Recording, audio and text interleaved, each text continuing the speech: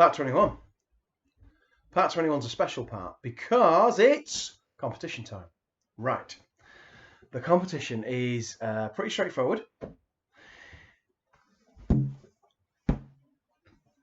To win the very copy of Stella that I have been reading out, all you have to do is tag someone, name them, who you think will like it. So I will put a copy of the link to part 1 in the comments for this video, and if you tag people, link people, retweet to people, whatever it is that you think, oh, you'll like this, their name gets put into a draw for this very book. Okay? That's what they win if you tag their name. So what's in it for you? Your very own copy of Stella the Zombie Killer Volume 2. Okay? So I've got 2 things to give away. 2 things to give away. Tag the person you think will like it, and they're in with a chance of winning Volume 1. And because you went through the effort of tagging them for me, you're in with a chance of winning Volume 2. But for now, we need to get on with Part 21. Part 20 was a beast. A lot of minutes, a lot happened. Stella, well, it looks like Tash has fixed her up a treat. Everything works again, but she's still got that broken arm. So, they tried to thin the deaths. They were doing quite well at it. But Ben, well, Ben blew up the front doors. And then Hook went down. And the last we saw of him was the hands and mouths of the deads all over him. So Stella the Zombie Killer, Part 21. Stella stared down at the stricken Hook, tears of concern and regret forming at the corners of her eyes. The big man was breathing with little hard gasps, fighting the pain to stare back up at her, her eyes alive with tears. He reached out his hand. She held it firmly and started to tell him that he would be okay. She stopped, shaking her head at him and at herself for thinking of lying. Stella, we've got to go, said Gregor. His hand was on her shoulder, gentle but urging her away. Go, said Hook. Go and survive. Stella shook her head again and a tear broke free, falling onto Hook's cheek. He smiled. That's nice, he said. That's enough. You can leave me with that. He tried to push at her hand, but either his strength was gone or he didn't want her to go. Stella, said Jared, Gregor's right. We have to go. The Synosia looked to the mass of death stumbling through the rubble-strewn entrance hall towards them. The deads reached out as if they were calling to her, calling her home. Glancing back down at Hook, she whispered, I'm sorry, and let go of his hand. We can't just leave him for them, said Gregor. They'll tear him to pieces. Vine, said Stella, lift him again. He's dead already, Tash yelled. We've got to go. Blood soaked her white t-shirt. The material splashed with a red so vivid and heavy it seemed as if it were still alive. I'm not leaving him to them, said Stella, her voice calm and determined. Then put him out of his misery, the other woman returned. That's not how we do things, said Gregor. We're not killers. Tash turned to the benches and grabbed a long, thin screwdriver. She turned on Hook, raising the tool, ready to stab. Stella stepped to her and grabbed her forearm, holding it firmly. She looked into Tash's eyes. Any attempt from Tash to stand up to Stella was short-lived, the younger woman wilting under the Synosia's gaze. He's dead already, Tash hissed. We stay here, and all we do is die with him. We save who we can, said Stella, her voice stony. You can't save him. He's got hours left at most. Then we save him for those hours. Can we just go, said Gregor, his voice harsh and desperate. He was looking at the deads just seconds away. Stella looked to Vine. Silently she begged the angel to lift Hook, to take him with them, to give him those last few hours. Vine looked to Tash, and Stella turned away, looking back down at Hook and blinking to clear the sudden tears. She reached for Hook, tried to put her hands under him, but the pain in her arm was bright and sharp, the bones within chafing like broken glass. She gasped at the pain and looked down into his eyes. Sorry, she mouthed. Hook held his hand up to her, started to form the word go, but Tash interrupted him. Just do it! She screamed at Vine. Kill them all! The angel turned on the deads, his movements smooth and fluid even in his enormous armour. His electric blue eye turned red as he raised his right arm.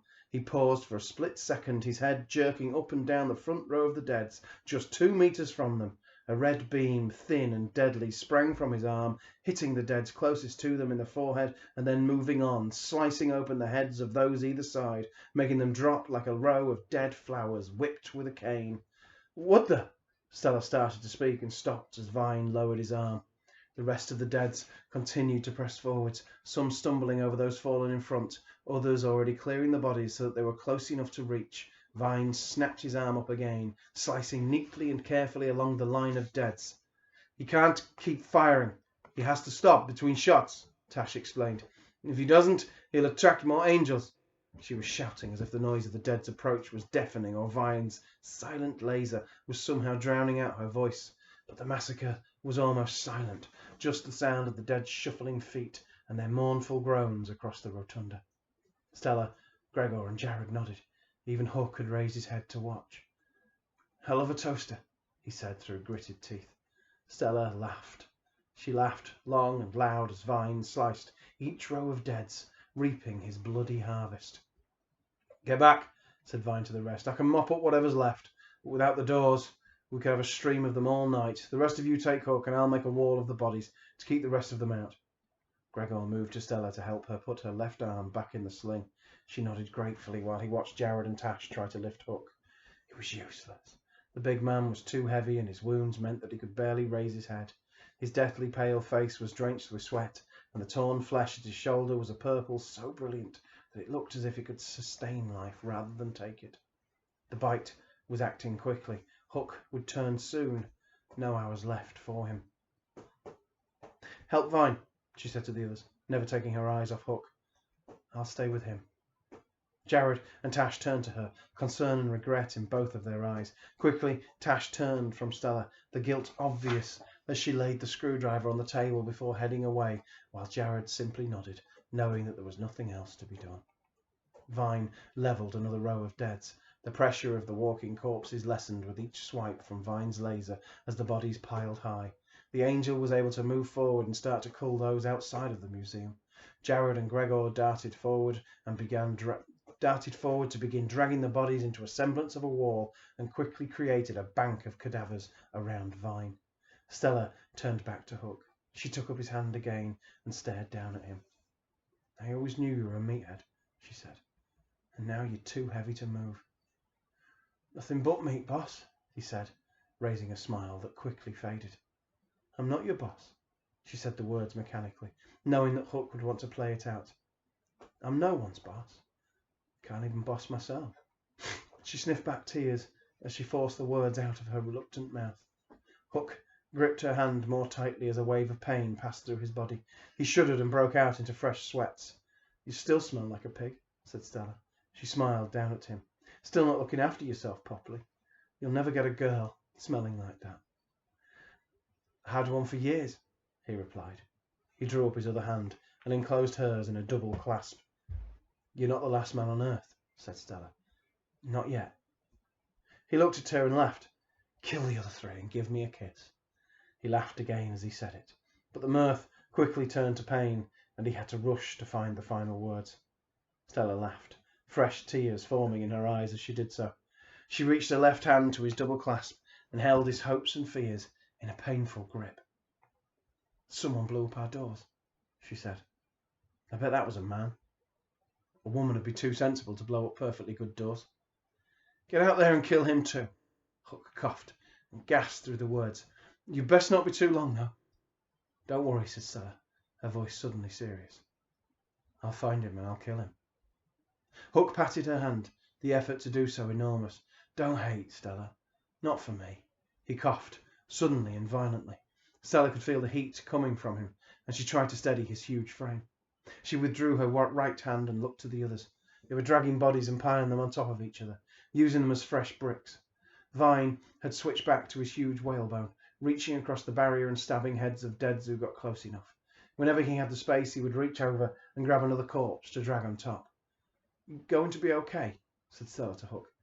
"Everything's going to be fine. We'll get the doors fixed. Vine can clear the rest of the deads while we do it.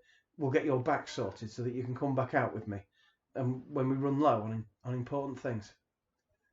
"Some new DVDs," said Hook, his voice distant. She nodded. "Some action movies. A Van Damme box set. Now you're talking. And we'll find a pig from somewhere. We'll go out into the countryside and find 2 of them. And clean the chickens. And clean the chickens." While she spoke, Stella reached for the screwdriver left on the table by Tash.